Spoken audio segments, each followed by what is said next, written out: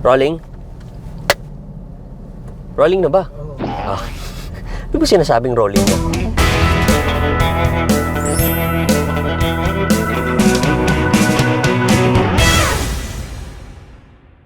Hello boys and girls, Jack Logan here. Kasama ko si Hotdog, nandun siya sa camera ngayon. Sagot, Hotdog.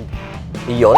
And ngayon pupunta kami sa Okada para mag-attend ng Philippine Golden Eagle Awards. Yan. At isa tayo sa mga nabiyayaan na mabigyan itong award na to. Hindi ko alam kung bakit nila ako napili, but maraming salamat naman sa recognition na ito. So yun ang gagawin natin today. Pupunta tayo ron at sana masarap ang pagkain kasi hindi pa kami kumakain ni Hotdog. So let's go!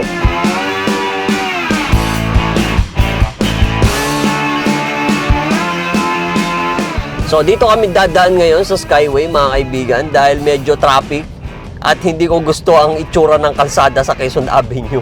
Kaya niligo na lang namin dito sa Skyway at dadaan na lang kami sa Naiya X. Nga pala, gusto ko lang mag-shoutout kay kay Wancho. Feeling ko si Wancho ang nag-ano sa akin eh. Si DJ Wancho ang nag-nominate sa akin sa Philippine Golden Eagle Awards. Maraming salamat bro. Nakakatuwa din dahil kahit papano nabigyan ng recognition yung ginagawa natin sa social media. Hindi ko naman ini-expect na may mga ganitong patimpalakpak. Pero nakakatuwa, kumbaga nakakataba lang ng puso na merong nakakakita ng effort natin. Maraming salamat sa lahat ng mga bumubuo ng Philippine Golden Eagle Awards. Looking forward na ma-nominate ako ulit next year. Ibang vlog naman, naman si Hotdog naman yung ino-nominate ko ron. Breakthrough Lamunerong Vlogger of the Year Award.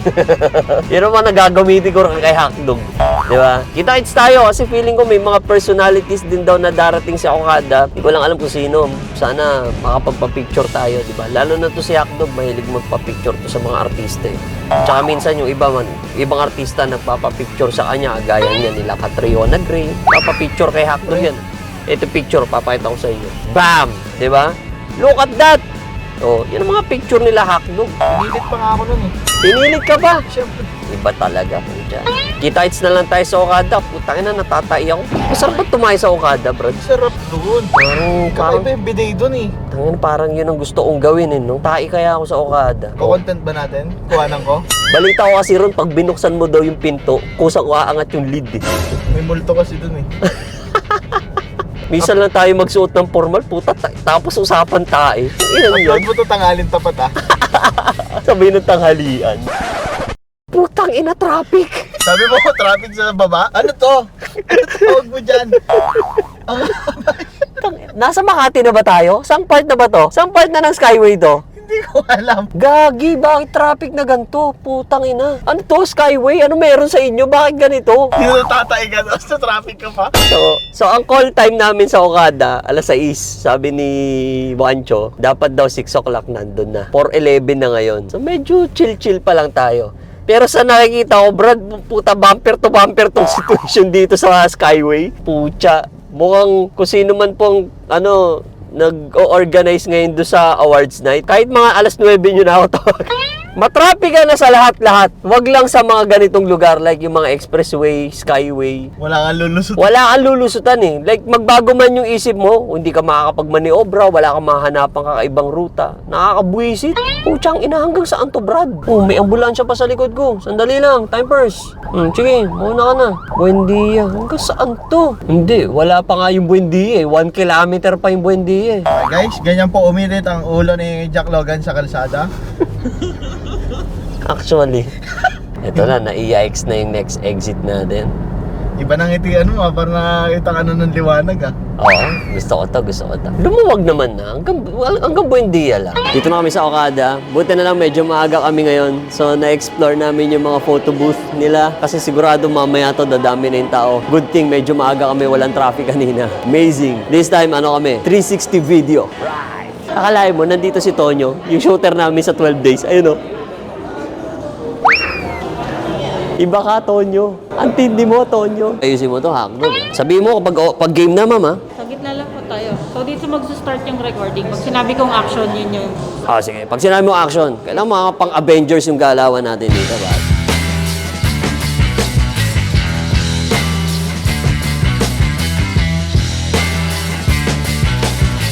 Andito ako sa entrance ng Grand Ballroom dito sa Okada. Naharang ako ng mga crew ng Young Living. Gumagamit kasi kami nito sa bahay, guys. Dahil nangingi ako sa kanila ng peppermint na inhaler, required ako ngayon na magbenta ng Young Living product ngayon. Guys, bili kayong essential oils. Guys, it's good for your health. Alam niyo, ganda nito. Tapos, parang siya, nakaka-presko, nakakatanggal ng stress. Pag gumamit ka ng Young Living na diffuser, tanggal lahat ng stress mo sa And essential oils, di ba? Tapos, meron din silang mga iba't ibang mga scents niyan. May peppermint, may lemon. Napapromo pa akong bigla dahil sa inhaler. Oh, pero okay yan, ginagamit namin sa bahay. Favorite ni Mrs. to eh. Oo, Young Living. Sandali muna, intindihin ko muna yung upuan ko sa loob. Sandali muna, halika rito. Babalik ako dyan. Alright, thank you. Sige. Tingnan mo, kapag picture mo, right na rin. Alright. Thank you.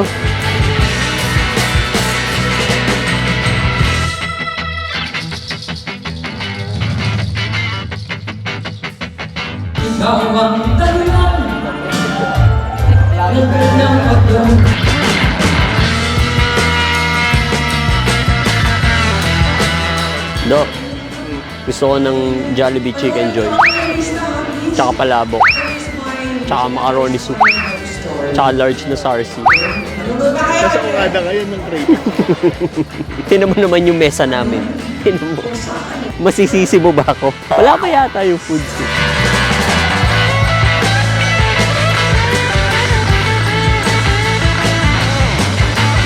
Breakthrough Vlogger of the Year.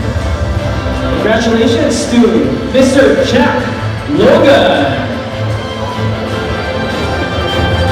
Philippine Golden Eagle Award. Pagpalain po kayo ng Panginoon at sana marami pa kayong ma-inspire ng mga content creator kagaya ko. I started vlogging sa kadahilan ng bored lang ako. Doon lang nagsimula ang lahat ng biyahe na to. At ang kauna-unahang nag-recognize ng boredom na yon ay ang Philippine Golden Eagle Award. Maraming salamat po sa inyong lahat.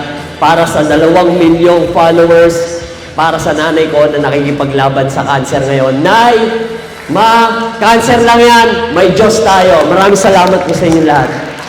Thank you. Thank you very much.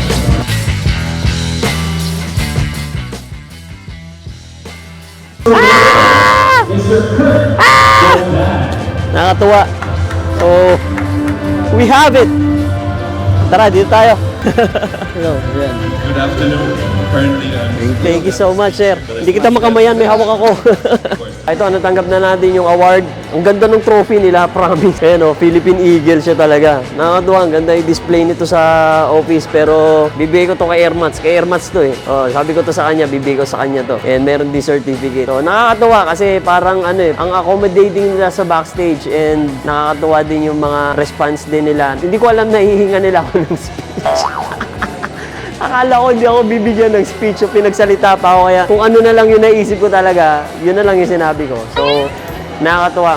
Maraming salamat sa Philippine Golden Eagle Award. I really look forward na mas marami pa kayong ma-inspire ng mga content creators and sana marami pang ma-nominate sa award na to. Sobrang nakakatuwa. Ganun pala feeling pagtatanggap ka ng award. So maraming salamat and also, syempre, gusto ko samantalahin tong time na to na i-shoutout din yung mga tao na nag-start ng biyahe ko na to. Syempre, ang Witty Jack, si Boss Richie, si Hackdog, si Lawrence, Choco, si Rem, si Rain, si Roro, at marami pang iba. At syempre, sa misis ko na sumusuporta sa akin. And sa aking bagong silang na baby na si Joaquin. And para sa iyo to. Maraming salamat for staying and looking forward na makagawa pa tayo ng iba't ibang mga kalokohan. Sana masundan tong Golden Eagle Award ko. Alright!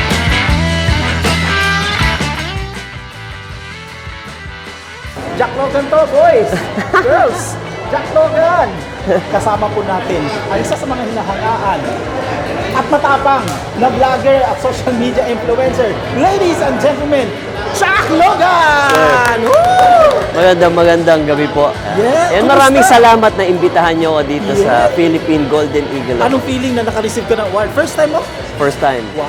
At kayo ang unang nagbigay. Tama. Maraming salamat sa pagtitiwala nyo. Kasi syempre, ako'y nagbablog lang sa loob ng bahay namin sa maliit na bodega na parang hindi ko akalain na one day tatawagin ako sa stage.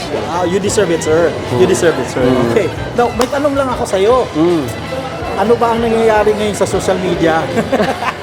Ano bang mainit na pinag-uusapan? Alam ko matapang ka mag-voice out. Oo. Ano yung mga kuro-kuro at mga ano?